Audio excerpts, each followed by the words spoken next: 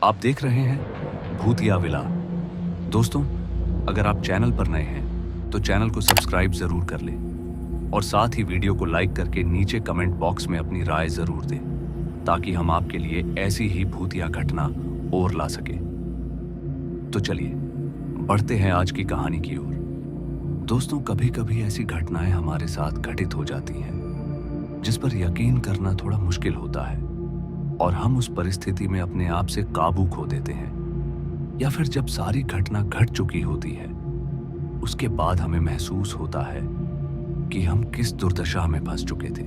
और आज की कहानी कुछ ऐसी ही है जो शुरू होती है एक अनजान और अधूरे सफर से। तो चलिए शुरू करते हैं आज की कहानी। यह बात है तब की जब मेरी आंख खुली तो उस वक्त मैं गांव के पंचायत भवन के परिसर में लेटा हुआ था और मेरे सामने गांव का सरपंच गांव की एक औरत पर थोड़ा कठोर रूप से खड़ा होकर चिल्लाए जा रहा था। मगर तभी मुझे किसी के रोने की आवाज सुनाई दी और उस आवाज के सुनते ही जब पीछे पलट कर देखा तो मेरी बीवी और मेरी सास दोनों रोती हुई नजर आई। मुझे बिल्कुल समझ में नहीं आ रहा था कि मैं यहाँ पंचायत परिसर में कैसे पहुंचा। मैं तो घर में अपनी बीवी के साथ बेड पर सोया हुआ था। फिर इसी बीच सरपंच की नजर मुझ पर पड़ी और नजर पड़ते ही सरपंच दौड़ते हुए मेरे पास आए और बोलने लगे, तुम ठीक तो हो ना? इस पर मैंने कहा, हाँ मैं तो ठीक हूं, मुझे क्या हुआ है?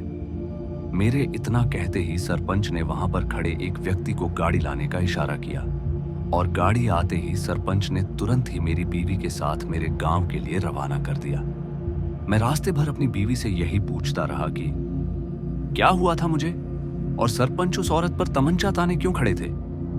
मगर मेरे सवालों के बावजूद भी मेरी पत्नी ने मुझे कुछ जवाब नहीं दिया। केवल यह कहने लगी कि घर पहुंचकर सब कुछ बता देगी।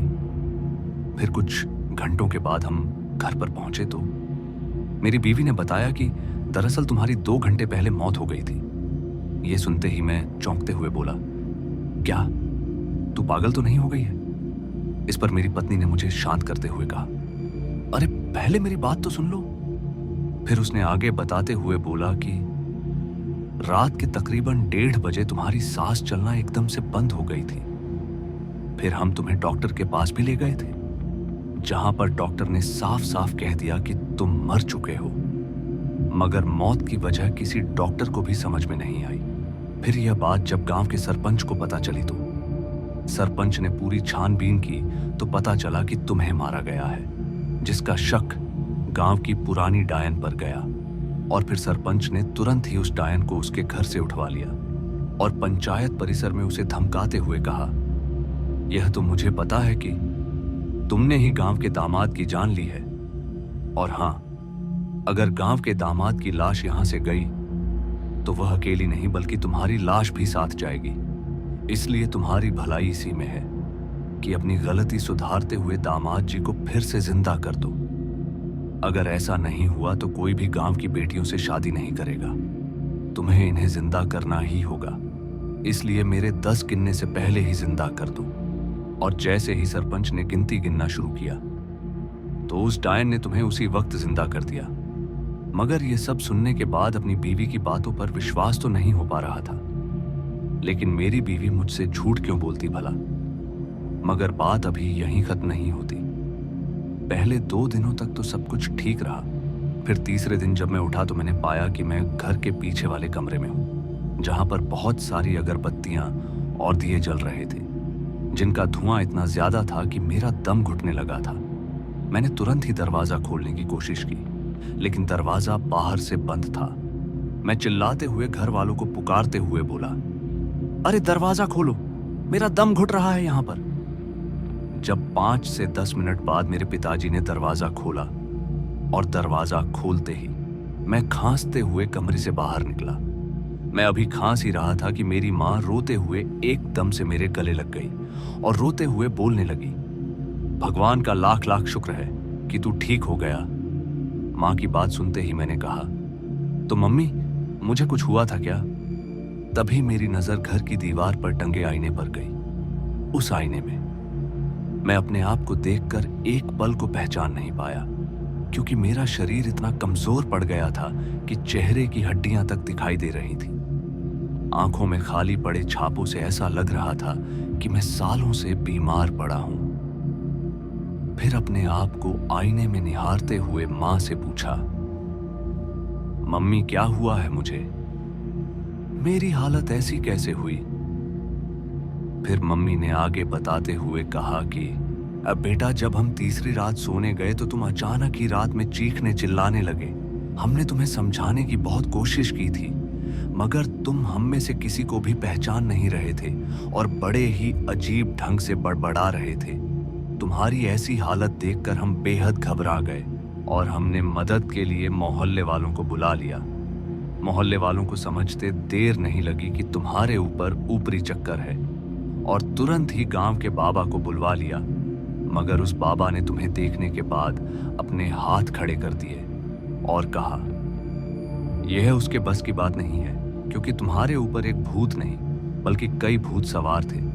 इसी बीच हमने कई तांत्रिक बाबाओं को भी दिखाया, मगर तुम्हें कोई भी ठीक नहीं कर पा रहा था।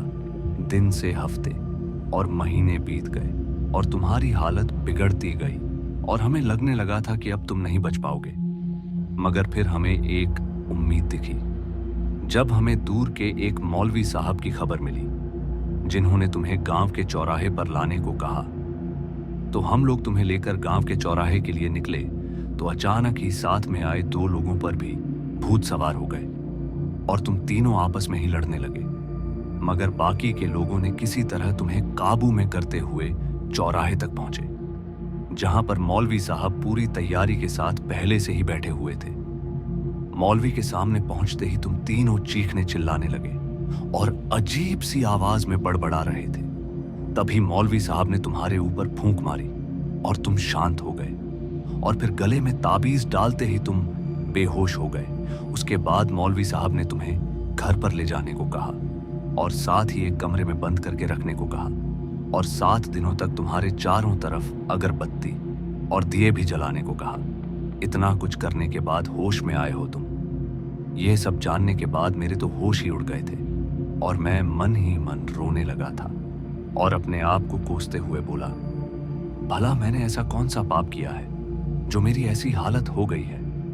मगर बीतते वक्त के साथ अब सब कुछ नॉर्मल हो गया है और फिर कभी दोबारा मेरे साथ ऐसी कोई घटना नहीं घटी। लेकिन इस घटना के डर से मैं अब अकेले बाहर कहीं नहीं जाता। तो दोस्तों, आज की इस कहानी में बस इतना ही और मैं आपका दोस्त जल्द मिलूंगा एक ऐसी ही और डरावनी कहानी के साथ। धन्यवाद।